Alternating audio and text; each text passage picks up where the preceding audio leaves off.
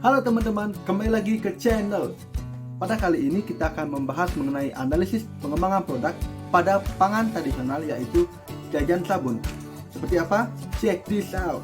Jajan sabun merupakan panganan khas Bali yang berbahan dasar tepung ketan, tepung beras, gula merah, dan santan. Pembuatannya pun cukup mudah. Yang pertama, santan dipanaskan dalam kuali, lalu ditambahkan dengan gula merah dan diaduk hingga merata.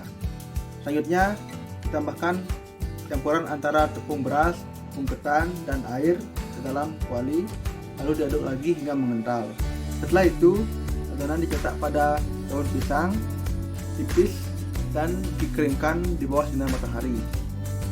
Seiring dengan perkembangan zaman yang begitu pesat, panganan tradisional seperti jajan sabun ini mulai ditinggalkan. Maka dari itu, untuk menarik kembali minat masyarakat mengkonsumsi makanan tradisional, perlu adanya pengembangan produk pada panganan tradisional tersebut, terutama untuk jajan sabun ini. Sebelum melakukan pengembangan produk, kita perlu mengetahui bagaimana kondisi pasar yang akan kita masuki.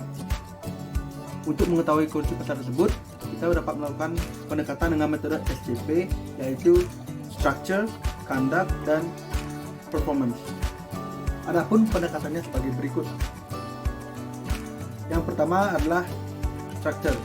Pada structure ini kita perlu mengetahui dulu bagaimana pangsa pasarnya. Pangsa pasar di sini dapat dilihat pada pengusaha-pengusaha lain yang telah terlebih dahulu terjun pada pasar tersebut. Di sini dapat dilihat pangsa pasar dari 6 perusahaan yang terdapat pada tabel ini. Dari 6 perusahaan tersebut, artinya akan diambil 4 perusahaan terbesar untuk selanjutnya dimasukkan ke dalam metode analisis CR4. Pada tabel hasil analisis CR4 dapat dilihat pangsa pasar total yang dinaungi oleh 4 perusahaan terbesar adalah sebesar 68%. Yang berarti pasar yang akan kita masuki ini yang merupakan jenis pasar oligopoli. Pada pasar tersebut terdapat lebih dari satu perusahaan yang memegang kuasa terhadap harga pasar. Setelah itu dilakukan analisis tingkat lanjut menggunakan indeks HHI. Hasil perhitungan indeks dapat dilihat pada tabel berikut. Terlihat dari 6 perusahaan, total indeks yang didapatkan adalah 0,166816. Yang berarti jika dibawa ke kriteria HHI, yaitu menjadi 1668,16. Hal tersebut juga menandakan bahwa pasar yang akan dimasuki adalah pasar oligopoli. Selanjutnya adalah kondak, di mana kondak ini dapat diketahui dengan melakukan metode analisis CLR atau cost to labor ratio. Dapat dilihat pada tabel berikut hasil perhitungan cost to labor ratio.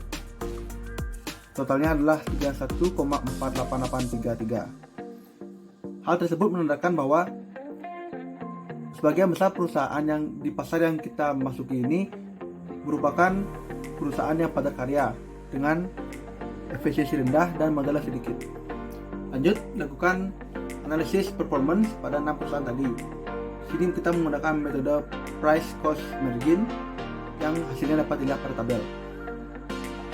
Pada tabel ini terlihat perusahaan P6 memiliki PCM persen yang lebih besar daripada yang lainnya, yang menandakan tingkat keuntungan perusahaan tersebut lebih besar dari perusahaan lain.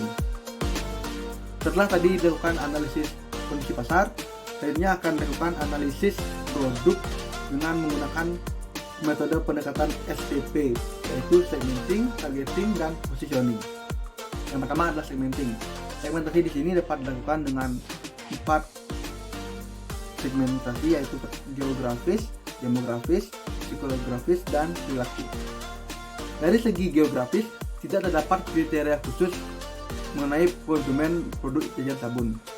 Sedangkan dari segi demografis, produk jajan sabun ini ditujukan untuk masyarakat anak-anak hingga dewasa dengan usia 5-50 tahun dari segala tingkatan masyarakat.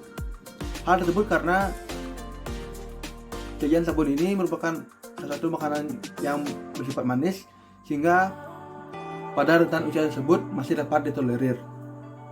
Selanjutnya, dari segi psikologis, produk jajan sabun ini ditujukan untuk masyarakat yang gemar memakan makanan ringan di sela-sela pekerjaan, di sela-sela makan berat, dan masyarakat yang menyukai panganan-panganan inovasi. Dari segi perilaku, tidak ada kriteria khusus untuk pemasaran jajan sabun tersebut. Selanjutnya ada targeting, di mana target dari pemasaran produk jajan sabun ini merupakan generasi-generasi masa kini yang terutama belum pernah mencoba atau mengenal jajan sabun ini. Lalu jajan sabun ini juga menawarkan sensasi mengkonsumsi panganan tradisional dengan nuansa modern. Lalu selanjutnya ada positioning, di mana jajan sabun ini memposisikan diri sebagai camilan kekinian hits yang menggabungkan antara cita rasa lokal dengan inovasi dari rasa-rasa modern. Selanjutnya, setelah analisis produk, dilanjutkan lagi dengan analisis pemasaran, di mana analisis pemasaran ini menggunakan pendekatan 4P, yaitu price, product, promotion, dan place. Yang pertama adalah produk, di mana produk jajan sabun ini nantinya akan dikemas dalam kemasan kertas berlapis yang berisikan 4 buah jajan sabun untuk satu kemasan. Selanjutnya, konsumen dapat memilih topping dan isian dari jajan sabun tersebut. Untuk topping, terdapat topping kelapa, vanila, bubuk kopi, dan keju. Sedangkan untuk isiannya terdapat ketan, pisang, cookies, dan bulu pandan. Selanjutnya ada harga. Harga satu kemasan jajan sabun yang berisi 4 buah itu seharga Rp10.000, dan untuk penambahan ekstra topping ditambah lagi dengan cas ekstra sebesar Rp2.000 untuk setiap toppingnya.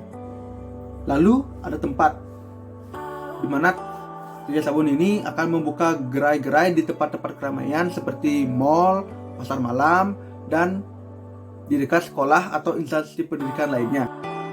Untuk pemesanan dalam jumlah banyak, produk ini juga menerima pesanan pre-order dengan menghubungi kontak person yang telah tersedia.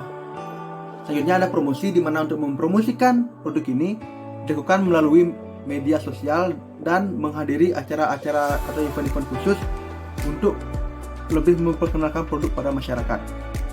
Semoga video kali ini dapat menambah wawasan kalian, dan sampai jumpa di video selanjutnya. Bye bye.